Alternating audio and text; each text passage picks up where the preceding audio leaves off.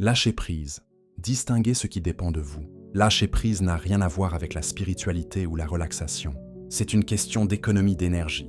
Vous avez une quantité limitée d'attention, de temps et de volonté chaque jour. Si vous la gaspillez à essayer de changer ce qui ne peut pas être changé, il ne vous reste plus rien pour ce qui compte vraiment. La première règle est simple.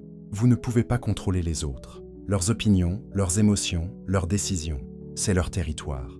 Vous pouvez discuter, convaincre, proposer, mais au bout du compte, ils font ce qu'ils veulent. S'épuiser à vouloir les plier à votre volonté, c'est s'assurer une fatigue chronique et des déceptions en série.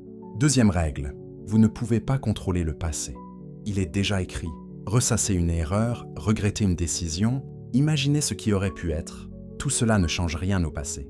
Cela change seulement votre présent en l'alourdissant. Troisième règle, vous ne pouvez pas contrôler l'avenir. Vous pouvez le préparer, anticiper, planifier, mais l'imprévu surviendra toujours. Une maladie, une annulation, un contretemps, ce n'est pas de la malchance, c'est la vie. Alors que vous reste-t-il? Vos actions immédiates, votre capacité à dire oui ou non, votre façon d'interpréter ce qui vous arrive, votre choix de vous lever ou de rester au sol. C'est tout. Mais c'est suffisant. Prenons un cas concret, un entretien d'embauche. Vous ne contrôlez pas le recruteur, ni ses critères, ni ses préjugés. Vous ne contrôlez pas les autres candidats. Vous ne contrôlez pas le résultat final.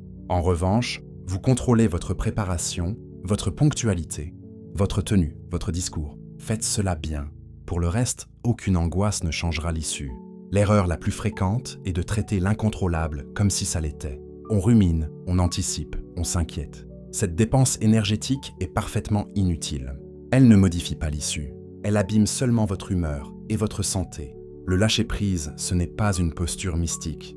C'est un calcul rationnel. Je n'ai pas de prise là-dessus, donc j'arrête d'y mettre de l'énergie. Je la conserve pour ce qui dépend vraiment de moi.